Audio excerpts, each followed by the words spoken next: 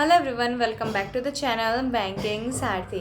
So guys, आज है आपके सवाल मेरे जवाब का पार्ट 2, जिसमें मैंने आपके नेक्स्ट क्वेश्चन को लिया है। और क्वेश्चन है कि मेंस का जो क्वांट्स है उसे कैसे प्रिपेयर करना चाहिए।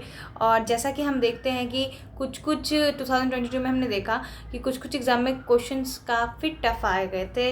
जैसे कि उनमें से एक था IBPS PO का क्वांट्स, जो कि काफ़ी टफ आया हुआ था और स्टूडेंट्स को समझ में नहीं आ रहा था कि कौन सा क्वेश्चन बनाए, कैसे बनाए, कुछ भी समझ में नहीं आ रहा था। तो वैसे केस के लिए अपना वो कैसे प्रिपेयर करें और कैसे हम उसका एटलीस्ट सेक्शनल कटअप भी निकाल सकते हैं, क्योंकि उस पर्टिकुलर एग्ज़ाम में सेक्शनल कटअप निकालने में बहुत लोगों को प्रॉब्लम आ रही थी।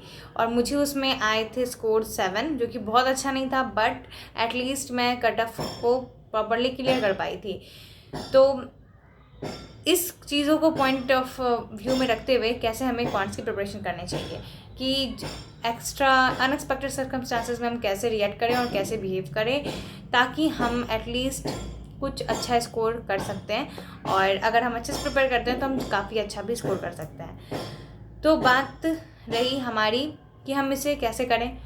तो जब मैं मेंस के क्वांट्स के बारे में बात करूं तो उसमें आपको DI तो सबसे बड़ा पोर्शन रहता ही रहता है। काफ़ी लेंदी DIs पूछे जाते हैं, जिसके लिए आपको पहले से अपनी कैलकुलेशन पे वर्क करना पड़ेगा, क्योंकि क्वेश्चन कई बार आपको समझ में आने के बावजूद क्वेश्चंस को इतने लेंदी कर दिए जाते हैं कि आपको काफ़ी टाइम लगता है उसे सॉल्व करने में। तो आपको कैलकुलेशन में वर्क करना है, कैलकुलेशन को हम अपना स्ट्रॉन्ग बनाए रखना है, क्योंकि बहुत ज़्यादा लेंदी DIs आते हैं। देन अर्थमेटिक में भी यही देखा गया है। आपके अर्थमेटिक के क्वेश्चंस, आपके कंसेप्ट क्लियर हैं, फिर भी आपको काफ़ी कैलकुलेशन करना पड़ेगा। तो first of all you have to work on your calculation. Okay, second thing, DI अगर ज़्यादा टफ आ रही है एग्ज़ाम में तो उसके अलावा आपको वहाँ पे अर्थमेटिक भी देखने मिलते हैं। देन आपको सीरीज से क्वेश्चन नहीं देखने मिलता है। जैसे रॉन्ग नंबर सीरीज दिया जाता है, 2-3 पैटर्न दिए जाते हैं। आपको पैटर्न को स्टडी करके फिर नेक्स्ट पैटर्न में को कंप्लीट करके आंसर करना होता है। ठीक है, तो सिंपल तरीके से सीरीज़ नहीं आती हैं, रॉन्ग सीरीज़ सब हैं जो वो सिंपल तरीके से नहीं आती हैं। लेकिन जब आपकी DI टफ आती है तो आपको यही सारी चीज़ें हैं जो आपको बचाएंगी उस पॉइंट ऑफ टाइम पे। जैसा कि मैंने किया था, वहाँ पे आपको रॉन्ग नंबर सीरीज़ बनाना होगा।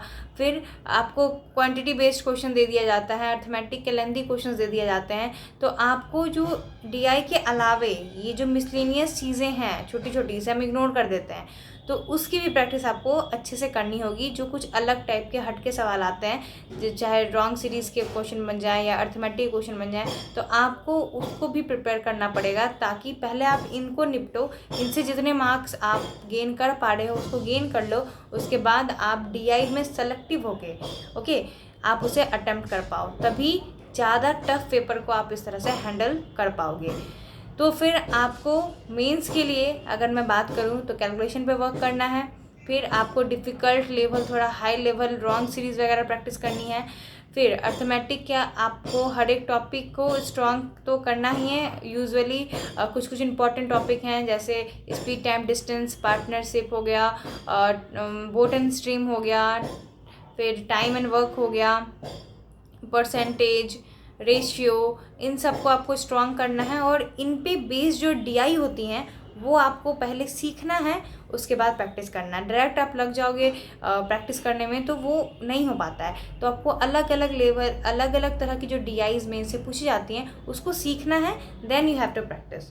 फिर आप मॉक भी दोगे तो आप उसमें अलग अलग वैरायटी के क्वेश्चन को समझ पाओगे।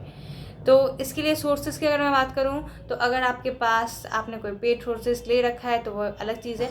अगर मैं फ्री सोर्सेज की बात करूं तो आप आशीष सर से पढ़ सकते हो। मेंस लेवल की DI काफ़ी यूट्यूब पे उन्होंने बताई हैं अलग अलग तरह की। देन अरुण सर की भी कर सकते हो। तो मैंने तो इन्हीं दोनों से पढ़ा है, तो मैं आपको यही दोनों रिकमेंड करूँगी कि आप इन दोनों से, चाहे इनकी पेड क्लासेस हो चाहे इनकी यूट्यूब क्लासेस हो, आप इसे देखिए, समझिए, उसके बाद इसकी प्रैक्टिस कीजिए। और भी कोई डाउट आपके मन में है तो आप उससे कमेंट बॉक्स में पूछिए। इसी तरह से मैं आपके जो भी डाउट्स होंगे उस पर कंबाइन करके उस पर वीडियो बना दूँगी। ओके, तो मिलते हैं नेक्स्ट वीडियो में। तब तक के लिए thank you and have a nice day.